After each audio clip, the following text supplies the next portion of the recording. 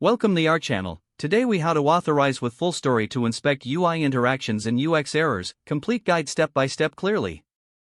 To begin authorizing with FullStory, visit the FullStory website. If you don't have an account, click on the sign up button to create one. Once you've created an account or logged in, navigate to your project dashboard.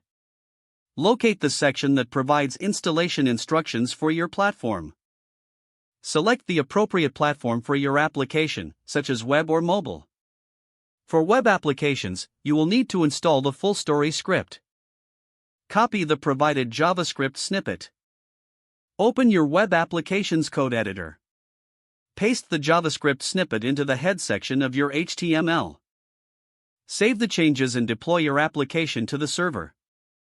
Return to the FullStory dashboard. In the UI Interactions and UX Errors section, you will find options to configure your settings.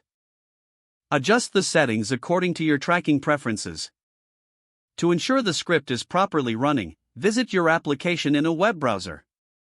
Interact with different elements of your application to generate data. Return to the FullStory dashboard to monitor the collected data. Confirm that the interactions are being logged correctly. If you encounter any issues, consult the troubleshooting guide available on the FullStory support page. You are now authorized to inspect UI interactions and identify UX errors using FullStory. Utilize the insights gathered to make informed decisions for improvements. If the page does not load, refresh the browser or try again in a private or incognito window. Make sure you are using the correct email address, then retype it carefully to avoid small typos. If your password is not accepted, use the reset option and create a new strong password you can remember.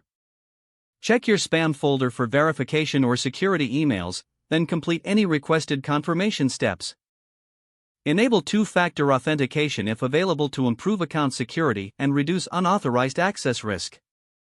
After signing in, review your profile details so your contact information and settings are accurate and current.